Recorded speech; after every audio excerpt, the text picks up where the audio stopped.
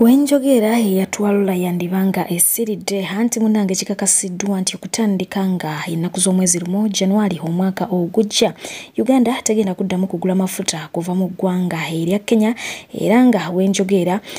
bagenze dda mu maaso okubanga ate bayingira endagaano empya n'abavito Bahrain isi okumala ebbanga lya myaka 5 bino okubaawo kiddiridde Kenya okugaana okusaba kwa Uganda kwe yali yakola ng'esaba bagende mu maaso kubanga ate bakola endagaano ebakkirizisa okuddamu okubawa amafuta nga bakozesa omudumu gwa Kenya Pipeline Company weewaawo Kenya egamba nti Uganda tebadde netefutefu kubanga esasula emisolo egigenda mu maaso kubanga ate gibigikwa ku nkola eno ensonga endala Kenya kwesinzidde okubanga ate emma Uganda amafuta egamba nti Uganda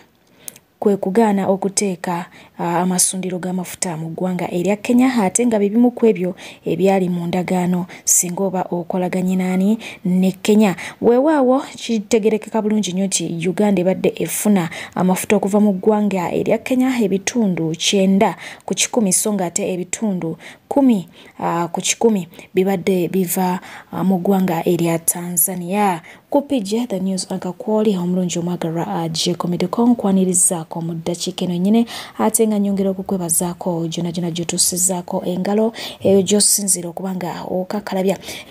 y'omukulu amanyiddwa nga Honorable Muhammad Sekirinya omubaka okuva mu Kawempe North embeera yeyongedde okubanga ate yeeraliikiriza oluvannyuma lw'okuddusibwa mu ddwaliro limanyiddwa nga Mother Kevena wali eri ensambya nga biwalataka eno nno yatutegeeza nti abadde amazeeyo ennaku eziwerako ddala 3 nga tamanyi na biki biri ku nsi omukulu ono yali w'amaanyi nnyo era nga bambi musajja abadde alabika obulungi yagenda maaso okubanga ateeka enkyukakyuka mu constituency ye eya Kawempe North mu bbanga eritaali ddene nnyo ono abadde akolera abantu bangi ebyomuwendo azizza abaana babwe ku masomero ajjanjabya abantu bangi balonze ku street adduukiridde abatalina mwasirizi adduukiridde abakadde mu mbeera yonna gy'oyinza okubanga ate olowoozaako weewaawo embeera ye yo yeetagira ddala essaala era nga naye mwennyini ageze maaso okubanga ate abasaba muwe essaala naye ng'obulamu agamba nti awulira bugenda akakondo kalinga ka mwana muto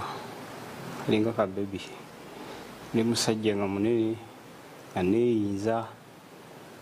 nga wemanyi nekyentegese poliisi nejja okuntaataaganya nga newegiba misinde enjidduka endwadde zonna zebalaba bagenda kuzijjanjaba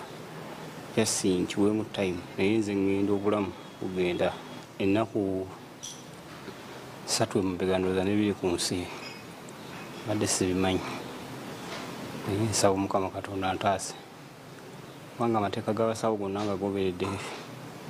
obulwadde bunnemeddeko kati guno mulundi gwa 3 nga bunkuba ku ndiri ekibumba kyange kankiteme butemeeteme ekibumba kyange kiriko amabwa amanene ennyo kati n'ekirala nfuna power breathing system ekirunga sissa nembanga afeitinze nembanga afudde era omuntu bw'atajja kunyeenya zanyinzwa mukuwunzika nga sizuukuse babuŋŋambye obulwadde brain what obw'obwongo obulwadde obw'obwongo obw'okubeera ng'olinga avuddeko ate obulwadde bubi nnyo bwe businze n'okunkosa kubanga mbeeraawo nga ndaba omuntu ate nga ninga atamulaba kati obulwadde nabwo bunkosezza nnyo mpulira kati mpulira omubiri ng'ogugenda n'omutima ng'ogwagala okubuukamu olw'embeera gye ndimu kati abantu batenzi baweera ku kitanda kuba ne bw'oba mulwadde era abantu kulina osigala ng'obaweereza so kikakasiddwa nti Honorable atandise okubanga aluzinga ne memory ekintu ekitali kirungi weewaawo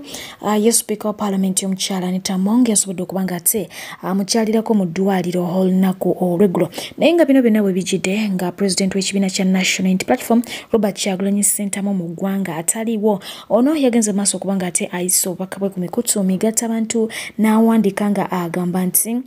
wishing our brother Honorable Sekirinya Muhammad a quick and full recovery.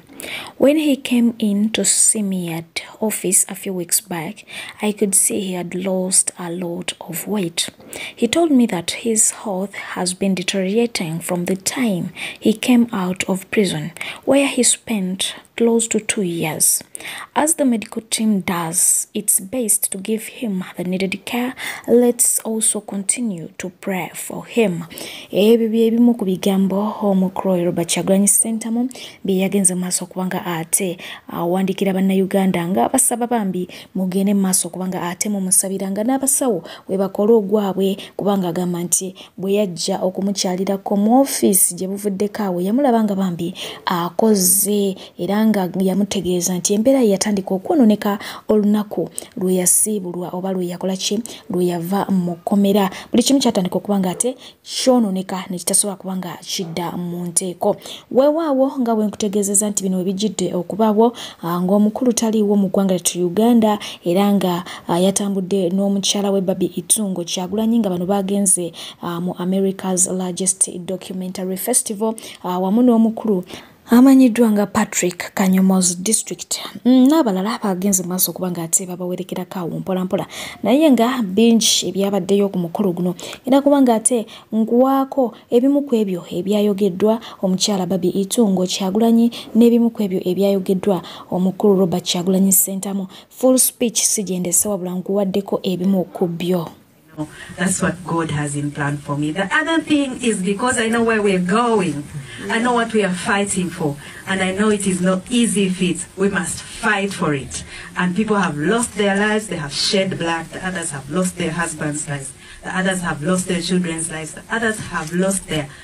whole livelihood just for what we want for our country. And if liberating our country means me being strong, I must do that. And that's what keeps me strong because I know where we're going. I believe that that can be effective not only in Uganda but the world over. For example, I was inspired by guys like Muhammad Ali, guys like Bob Marley, guys like Tupac, who talked about real things, only that I decided to make it a little bit more serious and take it to a more formal platform. So I believe that in the next 5, 10, 20, 30 years, artists will become more serious and know that they are taken a little bit more serious than entertainers. Documentary ngemaze okubanga ate eteebwa yassa omukulu amanyiddwa nga David Rubongoya, Secretary General w'ekibiina kino yakozesezza omukisa guno okubaako ebigambo byagamba bannayuganda era nga naye alina wasinzira okubibagamba. Ono yawandiise n'abagamba nti n'olaba ebikolobero mu documentary oli n'agamba Bobi Wine akolera Museveni. Lwaki Museveni ayisa kyaliwe bubi nnyo? Awo natekawo question mark. Lwaki Bobi Wine alabisa kyaliwe bwatyo? Natekako question mark. Nayongerako akagamba emitwe gino okitegedde nti singa oba wetegereza ebintu ebiri mu documentary, engeri gye bayisaamu Bobi Wine n'abantu be n'engeri gye bamukwatamu gye bamutulugunyamu byonna ebyagenda mu maaso. Ddala Bobi Wine bw'abanga mukwano gwa Museveni era nga akolera Museveni, lwaki Bobi Wine yandibadde alabisa Museveni bwatyo eri ensi yonna bwe kyaliwo bwotyo bw'omuyisa kwe gakyaliwo mukwano gwo wandibadde nga omwanika eri ensi yonna nti mubi okutuuka kwekyo. Era bw'abanga ddala kyaliwe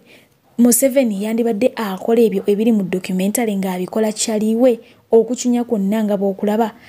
omwali n'ettemu n'okuyiwa omusaayi kwegamba agezaako okubuuza mmwe abagamba nti Bobi Wine akolera Museveni. Ekintu ekyo kizze kyogerwa enfunda eziwerera ddala sigumu ssebiri mu byobufuzi wano era nga ne ku mukulu amanyiddwa nga Dr. Kizza Besigye y'ebimu ku ebyo ebyayogerwa. So ye yeewuunya emitwe gy'abannayuganda abalina endowooza efaananako bwetyo. Ate nga ye omukulu amanyiddwa nga Joseph Kabuleta bw'atyo yagenze maaso kubanga asiigira bannayuganda ekifaananyi ku bubbi bw'agamba obukutte wansi ne waggulu mu ggwanga lyattu Uganda nga bukolebwa abanene mu gavumenti. Buli awali ebyenfuna wasooka kubeerawo bannaffe abalaalo ne bajja basooka waffe Bunyoro. Temulowooza nti batandikidde eri, basooka waffe Bunyoro. Kati kakubuli awali amafuta tewali yadde Bunyoro yadde n'omu alina square inch y'ettaka yadde no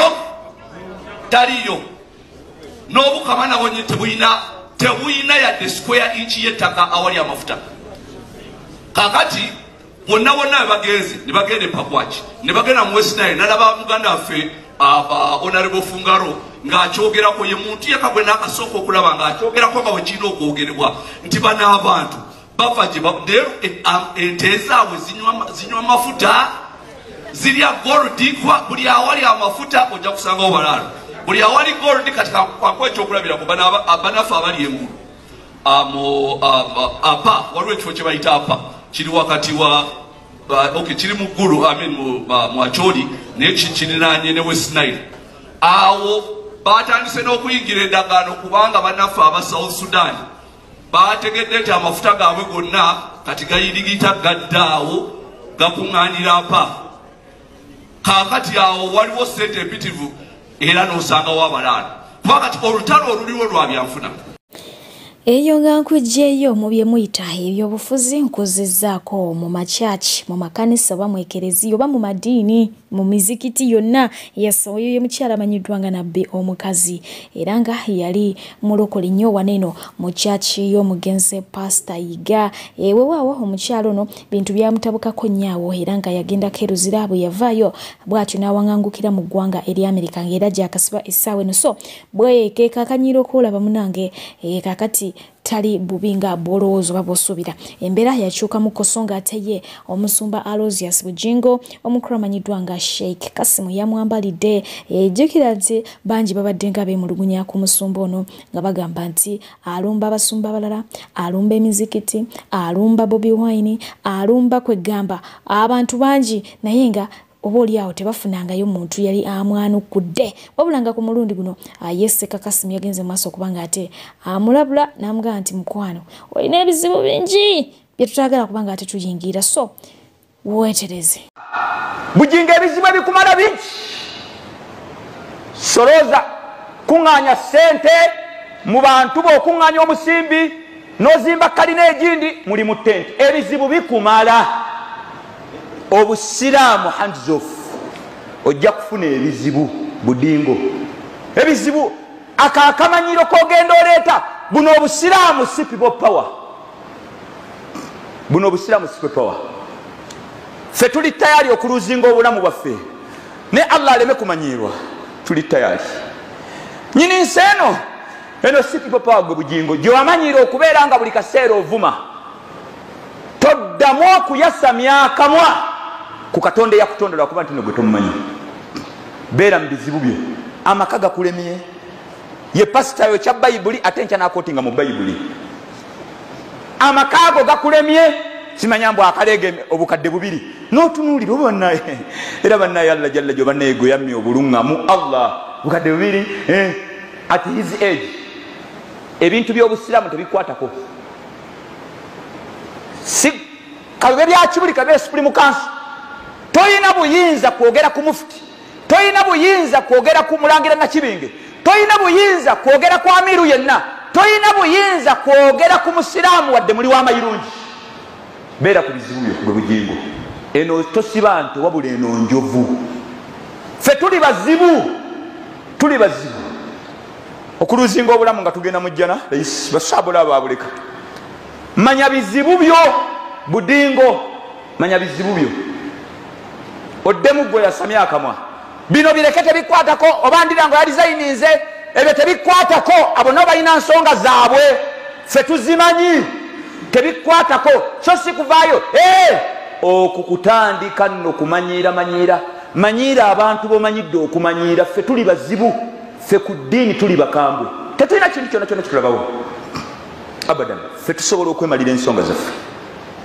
Bugingo neyogere ku busiraamu Bugingo olaba jjajja naye tetusobola kumukkiriza kuzoogerako. Jjajja kennyini tetusobola kumukkiriza kutwogerako. Eno nzikiriza nyini nsi eno kumwawula na nabbi we mu Kabuli kyekigenda okututaasa kyekitaasa ensi yonna kweyimiridde ng'oddawo otandika okwasamya akamwa. Fa ku bibyo bandigazo beera mu bibyo beera simanya n'ono simanya ono Teddy simanya beera mu kikulukuto byo simanya beera n'oyo omukozi wo beera mu bizibu byo. Allah jalla jalaaluhu atusaasire nammwe abasaasire. Barakallahu lakum wa jazakum. ate nga ye kyaliwa Pastor Bugingo omukramanyidwa nga Frank Gashumba yavuddeyo ne yeewuniikiriza abagoberezi bwe yagenze maaso kubanga ate ategeeza nti nze gwe mulaba sisobola kumala budde bwange bwonna kiro kiramba mbu overnight mbu ndi mu church nkola ki nsabe kisookera ddala Mukama Katonda amanyi ebizibu byange ate obwo buvunaanyizibwa bwe y'okubanga anyambako ebizibu ebyo okubanga bikola ki biggwawo so n'olw'ensonga eyo nsobola okusigala ewaka nimba nga nkola ki nsabira eyo okitegeera weewaawo yo musumba amanyiddwa nga Pastor Martin Sepa ali eno mu nswa n'abato agezaako okubanga ate abasanyusa wali bonna naye nga n'enswa bw'atulaga butya bakola ki bwe bazikwata ensonga eriwo wano yakwata nswa bano ye ba specialist mumutezewa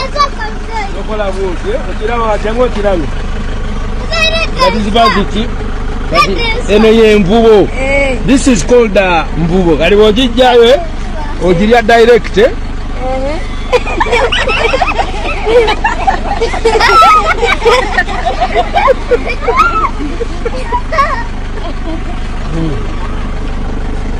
kati gubeera bwe teekamu obuti naye tetulina munnyo teguliwe tewali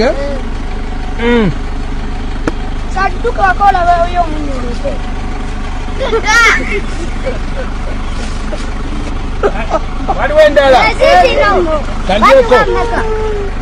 endabi nabawadedde omutwalo ate atemagala sente endala bawa omutwalo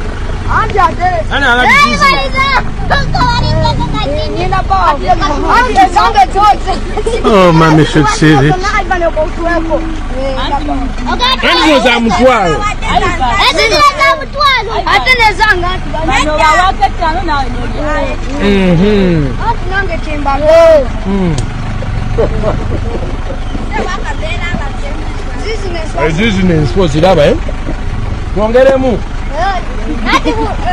ongeremu omutwalo guwerera eddala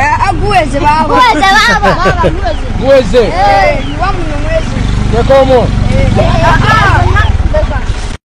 nkyali mu kyaki nzizeko ew'omusumba Pastor muto amanyiddwa nga Pastor Andrew Jengogodo ye mutabani w'omugenzi Pastor Yiga weewaawo ku mulundi guno yalabiseeko mu ngeri ya njawulo era nga yalabiseeko ng'ali mu habatina omuyitirivu ddala we ya surprise nze ekibeibe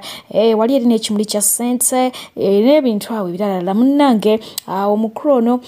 banji bagenze maaso kubanga ate bamusanyukirako ne baga nti banange tumusanyukireko kubanga n'abasumba nabo bantu balina omusaayi gutambula balina okwagala naye nga jjukira nti yali yayogerwako dda nga bamulinkizirikize ku bantu ab'enjawulo nga Basasha Brighton nti beeyagala naye nga ku lundi guno asazeeko kubanga ate atulaga ekyebbeeyi kye nga bw'omanyi bannayuganda kino nno kyandimaliriza nga kisindise pressure eri omukulamanyiddwa nga Pastor Bugembe naye ng'ate bwe tuddako wali mu disitulikiti ey'Ejjinja amasomero 2 malambira okuli ne Victoria Nile Primary School gaggaddwawo olw'ensonga ya nyegenyege okubanga ate yasenze mu kitundu okumala ennaku zaanaamalayo abaana bawala ne baana balenzi bagenda mu bintu bino okubanga ate oboolyawo beefunira ku bazungu kuba bayitirivu ddala wamu n'okubanga bafuna essanyu nga bw'omanyi omukolo nga bulijjo gwaguddwawo omukyala amanyiddwa nga Rebecca alitwala Kadaga wali wonna yabaddewo nga gulawo omukolo guno wabula ng'omukulu yamanyiddwa nga Dr. Kasenene yavuddeyo kubanga ate ayogera ku nyegenyege n'agamba nti abateekateeka nyegenyege ono baba bagenderedde okufuna ensimbi okitegeera naye gwe nga gwe agenda okubeera mu nyegenyege bw'otunuulira ebibeerayo ennyambala y'abantu bye baba beekoze byonna byonna bw'obyetegereza obulungi gwe tulaba nti bw'onooba ogenze mu kifo kino ojja kubanga ate ofiirwa omwoyo gwo bw'atyo n'abategeeza nti bambi mulowooze bulungi nnyo nga temunabakola ki kufiirwa myoyo gyammwe awo nno omukyala amanyiddwa nga Rebecca atwala Kadaga n'avaayo n'amugamba nti munnaaye gwe Mr. Kasenene at least wandifunyeeyo akadde newe kaba katono nnyo bwe kati ogende mu maaso kubanga okyalako omunyegenyege namwe kati bw'oba ng'ovaayo okwogera ku myoyo essaawa eno lwaki ensonga yeeno tojogeddeko ku bantu abagenda mu goat race lwaki tojogeddeko ku bantu abagenda mu black markets and wine kubanga si festival esokedde okuba mu ggwanga ly'e Uganda bingi bizze bibaawo ebirimu okunama ebirimu okwambala obubi ebirimu okutamira naye tobyogerako lwaki kunyegenyege wookiretedde so bw'atyo n'amukoowola yeesitule yeetwaleko mu kifo kino oba oli awo anaalekerawo kubanga ate atolotoma bingi ebyabaddeyo oba bingi ebibeerayo naye nga ku mulundi guno abaami bano nga bw'obalengera baakakinze attention y'abantu anti munange baakoze ataya eziri awo nga bazikoze mu bintu ffe betuyinza otwala nga kasasiro oli yaddidde ebipapulapapula amawulire bw'atyo n'akolamu olugoye omulala n'addira ebicupa n'abisalasala n'akolamu ekigoye ate omulala n'addira ebiviiriviiri bamaama bebajjejje ku mitwe naye n'apangapanga n'akola olugoye omulala ye n'addiraddira bipayinti by'amata bibajjeemu amata naye bw'atyo n'agattiriza n'ajjamu kyayambadde ate omulala ye n'agattiriza obuveera obwa kkala ez'enjawulo black white green byonna bw'atyo naye n'akola ki n'akolamu olugoye era bano beekuŋŋaanyirizaamu ne baba nga ati basanyusa abantu bingi ebyabaddeyo nga bw'obimanyi era ebigenda maaso okuba nga ati bibaayo weewaawo ye mukyala bindeeba omu bw'ati nakitto yavuddeyo n'agenda maaso okuba nga agamba nti mpulira nga njagala kgenda mu nyegenyege ekyoyo kinsika kintwala naye mulimu nze ndimu omwoyo gw'okubeera omukyala omufumbo singa si ekyo nandibadde nga natuuse dda mu nyegenyege era bw'atyo n'akubiriza abaana ab'obuwala okwewala okufumbirwa nga tebannakyakala n'agamba naye musooke mukyakale naye jjukira nti okukyakala tekuliiko kkomo buli ssaawa kubaawo so gwe wekka alina okuba nga weekontrolinga ku bintu ebimu eyo nga nkugyeyo wetuddako ali eri ku theatre la bonita olunaku olweggulo naye bwetyo yabuze ng'omuntu amanyiddwa nga make sims tofani agenda maaso okuba nga ate akuba abantu katemba we mu maaso yawerekeddwako abantu bangi ba tiktokers banne Phoebe ndowooza omulaba yabaddeyo nyonyini ddala omukulu Jose Chakala yabaddewo bano ababiri omukyala n'omwami nabo babaddewo Spice Diana yamuwerekedde Big Eye ye banange njogere kindekekye a lot of people babaddewo ku Ramiki naye nga munange omukulu yatuukiriza ekisuubizo kye eky'okuba nga ate agaba ebirabo bye yali yasuubiza okwo n'okwabaddeko eggaali kwabaddeko pikipiki kwabaddeko ettaka ate nga munange ye mukyala waffe teyasobodde kubanga ajja oli omuwarabu mumutegeera ddala bulungi teyazze naye nga yali ayagadde okujja neyeteekateeka weewaawo kusinziira ku gali mu nkubo gagamba nti omukyala oyo yalemeseddwa bakadde be okuba nga ate ajja abeerewo naye ng'ate bano abalala bo basobodde okuba awo ne mukyala we Bash yabaddewo nnyonyini ddala so bwe kityo bwe kyasobodde okuba nga ate kitambula naye nga bo aba Bobi era tebeebulizaayo ku mukolo guno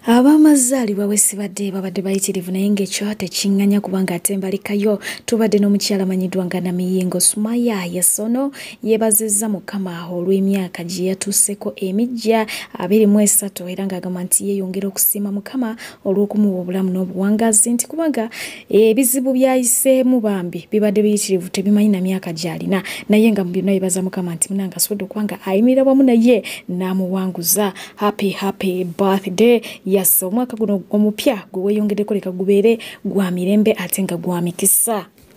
Tulinawo mukyala amanyiddwa nga Sharon Viera yes bakungu ono omukyala no munange bamusiima byonna byaze abakolera abamusiima nga be bali simulala ye mukyala amanyiddwa nga Hajara agamba nti Mungu akuwangaze era nga akwagala nnyo akwagalira ddala mukwano.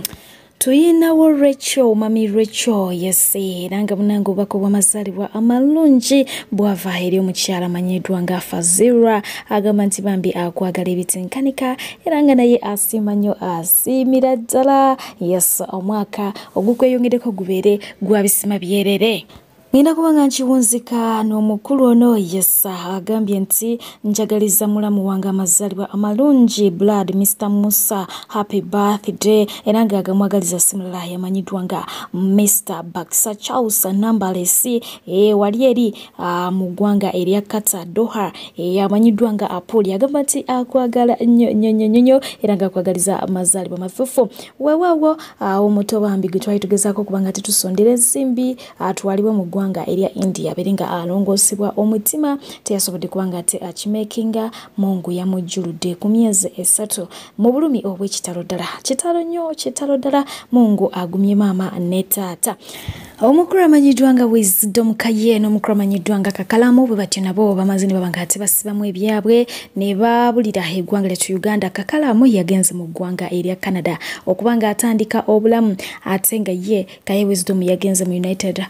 States of America gyagenda okubanga ate naye ayiyiza obulamu weewaawo agava eri ba best